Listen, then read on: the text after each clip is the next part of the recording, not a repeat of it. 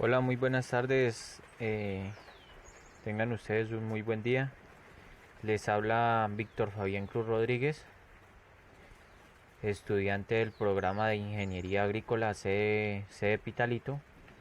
El día de hoy pues les quiero explicar sobre un tema o un proyecto que he realizado pues en la finca Puerto Colombia de un sistema de riego localizado, específicamente por cintagoteo. Pues el predio eran más o menos 5 hectáreas, de las cuales se utilizó 10.080 metros cuadrados, es decir, más o menos una hectárea.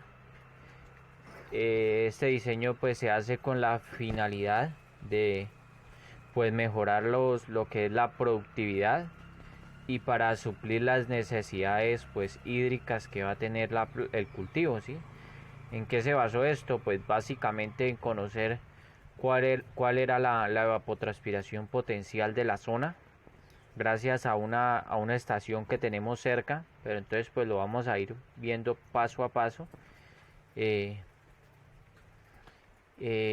pues eso se llevó a cabo aquí en el departamento del Huila, municipio de Palestina. Vamos a ver entonces pues de qué trata. Entonces pues primero, para para empezar, vamos a hablar de una introducción sobre el cultivo que me correspondió. Entonces pues se habla de que el maíz es una planta con unas necesidades hídricas durante todo su periodo vegetativo. Es decir, durante todo su periodo vegetativo él va a necesitar de, de agua. Pero ¿qué pasa? Durante todo ese proceso no va a ser constante, el requerimiento no va a ser constante, ¿sí? Él va a ir en una línea que va a ir subiendo, ¿sí? Y luego se va a permanecer constante, ¿sí? En un punto, como ustedes pueden ver en la imagen, ¿sí? Ese es el coeficiente, un Kc, ¿sí? Entonces ahí nos lo explican que ese Kc del maíz va a subir un poquito más arriba de uno, ¿sí? Entonces, pero más adelante pues lo vamos a ver detenidamente. Entonces, pues unos 250 litros por cada kilogramo de materia seca producida, ¿sí? Pero hay determinados momentos en los que la falta de humedad condiciona enormemente la producción. ¿Qué pasa? Cuando ya el grano de maíz se encuentra en un punto ya que nosotros por acá o sea, lo que son la parte del agricultor, todos los agricultores, hay un punto donde le dicen al maíz, le dicen chocolo, ¿sí? Cuando este maíz está en este estado, ¿sí? Que la pepa está lechosa, o sea, hay leche todavía, o sea, está blandito. En ese punto es cuando ya él empieza a bajar los requerimientos hídricos, ¿sí? Y ya empieza a necesitar más una sequía, ¿sí?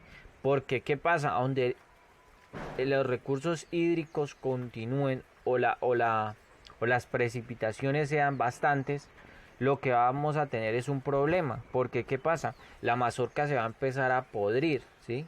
Que es la mazorca, la parte productiva de esta espiga. Entonces, el proyecto, pues como les decía, se realizó en el municipio de Palestina, en la finca Puerto Colombia. Aquí en la imagen pues nos explican el KC, y en qué momento ya nosotros no vamos a necesitar ya más pues de estos requerimientos hídricos. Ya lo que necesita la planta es solamente eh, tiempos de alto verano, ¿sí? Bueno, ¿cuáles eran los objetivos? Los objetivos pues eran el objetivo principal, suplir las necesidades hídricas del cultivo del maíz en la finca Puerto Colombia en Palestina, Huila.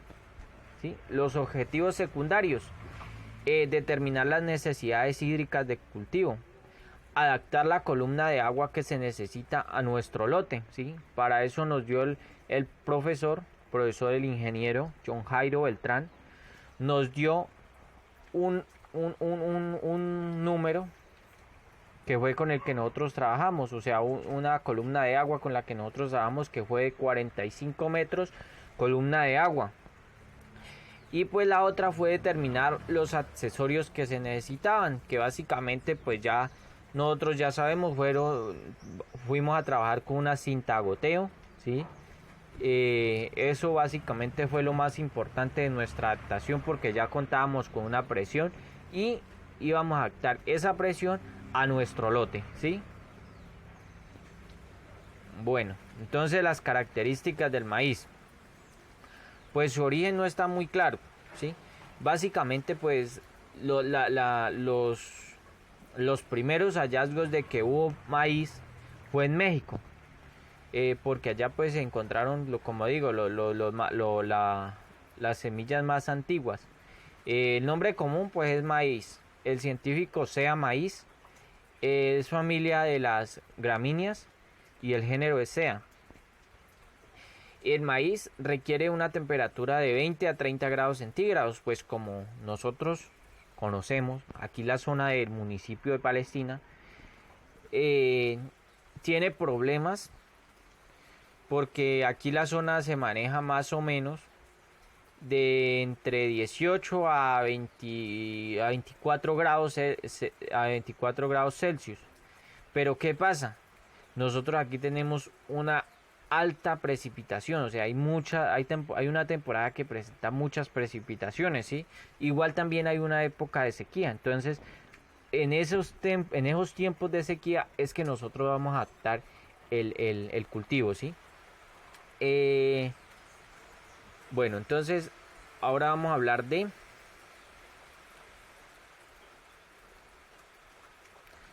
lo que es la evapotranspiración. Esta parte de la evapotranspiración es algo muy importante, ¿sí?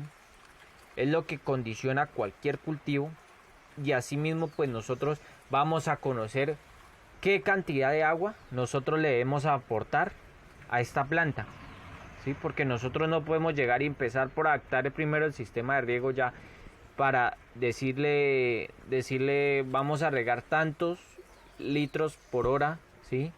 Durante tanto tiempo, por tantas horas, cada 9 días, cada 8 días, cada 4 días. Nosotros no podemos decir esto sin saber la evapotranspiración del cultivo.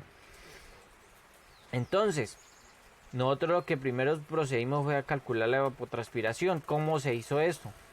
Lo primero, pues entonces hallamos los datos de lo que fue de la estación de Sevilla, acá en el Huila, la más cercana que hay. Unos datos, pues los datos de evapotranspiración potencial.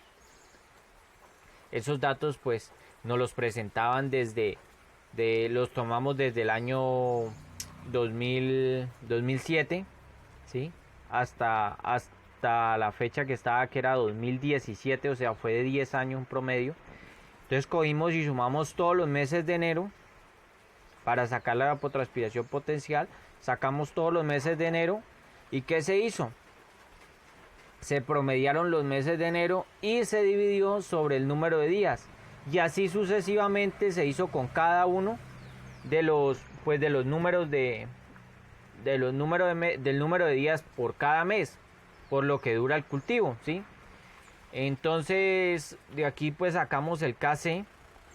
Entonces, pues nos dice que el KC se mantiene constante durante los primeros días de la siembra, que es el crecimiento inicial, luego va aumentando de ahí en adelante. Esos primeros días pues básicamente son de 0 a 7 días. Acá en la otra imagen lo podemos ver. Entonces ya después sigue el activo crecimiento, por último sigue la floración. Por cierto, él no tiene floración, él espiga, él echa una espiga en la parte alta del tallo. Floración o madurez fisiológica, y por último pues tenemos la cosecha. Entonces quiere decir que el pico de ese KC es durante la floración, o sea, durante cuando él tiene la espiga. Ya ahí para abajo sigue descendiendo ese KC, ¿sí? Dependiendo de cada día como podemos ver acá en la imagen, ¿sí? En la imagen nosotros podemos ver, en esta imagen podemos ver muy claramente. Bueno, vamos a continuar. La siembra del cultivo, ¿cómo se realizó la siembra? Pues dice que tiene una densidad de siembra de 75.000 a 87.000 plantas, ¿sí? Por hectárea. Al momento de la cosecha, pues equivalente a 2.5 a 3 plantas por metro, y de surcos de 1,20 de separación, es decir, como se muestra en la figura. Los cálculos y dimensionamiento del cultivo. Pues el cultivo por establecer fue maíz. La distancia de siembra fue 0.4 por 1.2. La profundidad efectiva de este cultivo va de 0.8 a 1.2 metros, ¿sí? La capacidad de campo es de un 29%. El punto de marchitez permanente es del 16%. Se trabajó con una densidad aparente de 1 gramo sobre centímetro cúbico. El caudal disponible, pues tenemos 10 galones por minuto o 0.66 litros por segundo. La válvula que usamos fue de 3/4 de pulgada después del adaptador macho.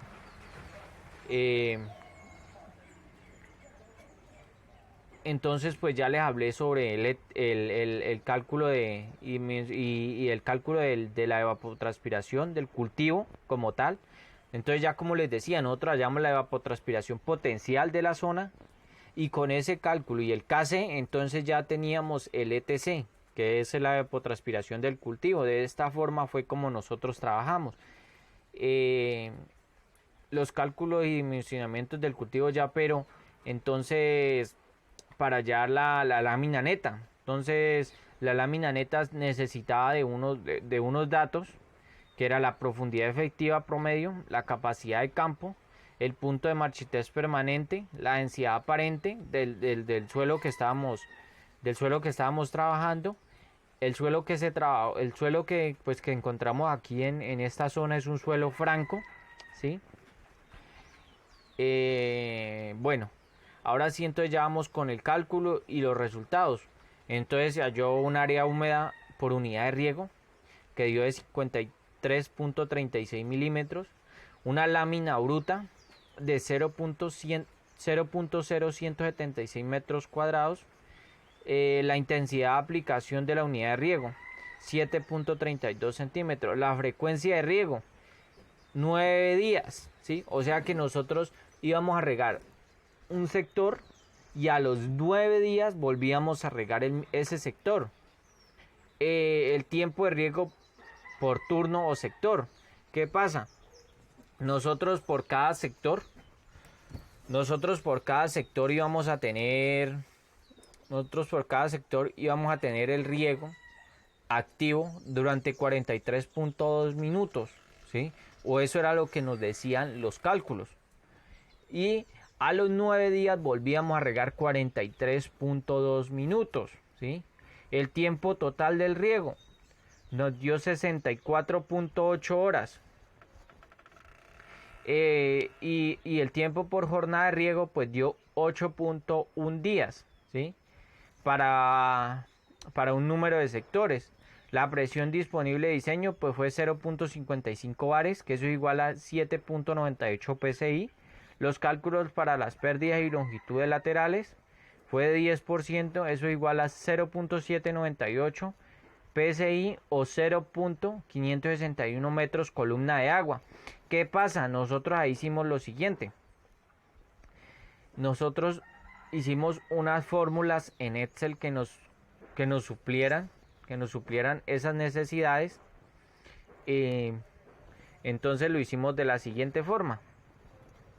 Entonces pues nosotros escogimos que por cada sector de riego que nosotros tuviéramos íbamos a tener la parte que se encuentra en negrilla, que eran 210 emisores, ¿sí? La separación fue de 0.4, el gasto de la salida fue 1.29 y teníamos una longitud en metros de 84 metros, es decir, nosotros íbamos a tener desde el primer punto íbamos a tener 84 metros. Y ya las pérdidas, pues como ven, nos daban 0.52, es decir que estábamos ok. ¿Por qué razón? Porque nosotros en la anterior diapositiva nos daba 0.561, nosotros no podíamos superar ese término, ¿sí? Bueno, esa fue la tabla de los cálculos. En las conclusiones, pues en las conclusiones ya, entonces los primeros problemas en los agricultores es la falta de riego, o el inadecuado sistema para el riego en las parcelas debido a una mala conducción y distribución del agua. Pues como lo podemos observar en el riego por localizado, eh, es muy efectivo, ¿sí? Es muy bueno porque, porque nosotros estamos aplicando directamente lo que necesita la planta, ¿sí? Y lo estamos aplicando directamente al bulbo de esa planta. Entonces fue una experiencia muy bonita haber trabajado este proyecto por esta situación que les comento. Otra conclusión fue que para determinar la cantidad de agua necesita el cultivo, se necesita información sobre las precipitaciones y la evapotranspiración que existe en la zona del cultivo. Es muy importante, es una conclusión muy buena porque, o sea, si nosotros no conocemos la evapotranspiración potencial que tiene la zona, nosotros pues no vamos a poder conocer la evapotranspiración del cultivo, ¿sí? Y nosotros de ahí partimos todo para hacer el sistema de riego. Para tener un cultivo de gran eficiencia y de gran eficacia y eficiencia hay que determinar con la mayor precisión posible las necesidades del agua del cultivo que no ofrezcan unos, o sea, que no vaya a tener un estrés hídrico la planta, ¿sí? Porque qué pasa si nosotros calculamos mal esa evapotranspiración del cultivo, nosotros vamos a estar de pronto aplicando mucha agua o muy poquita agua, ¿sí? Entonces la vamos a estar embarrando. Entonces la irrigación en el sistema de riego por goteo debe ser constante. De esta manera se pretende que el cultivo tenga una dotación de agua equivalente en cada tramo y que no sobrepase su capacidad de agua. Esas fueron las conclusiones y pues al final vamos a hacer lo que es unas recomendaciones. Pues se recomienda brindar especial atención en las bombas, tuberías que trabajan a presión y válvulas porque pues estos accesorios son los que más sufren de obstrucciones, ¿sí? Con el tiempo. Es de gran importancia que se realice un mantenimiento periódico de las tuberías, bombas, aspersores que conforman los sistemas de riego. Con el respectivo mantenimiento del diseño rendirá su vida útil, ¿sí? O sea, nosotros necesitamos estar haciendo un mantenimiento para que estos problemas para que estos problemas pues no causen que le llegue muy poca agua a lo que es el cultivo o las últimas plantas de lo que es el sector se estén supliendo de una igual forma, ¿sí? Capacitar a las personas para tomar las medidas de seguridad necesarias al momento de la construcción y funcionamiento del sistema de riego para no afectar su salud, la zona del proyecto y la eficiencia de los cultivos, ¿sí? Es decir, nosotros primero debemos hacer una reunión con las personas que van a adaptar, que no vayan a hacer, o sea, que no vayan a ser ordinarios con la parte de la tubería, la parte de los microaspersores o los goteros, porque esto es muy delicado, son accesorios que necesitan tener un cuidado, ¿sí?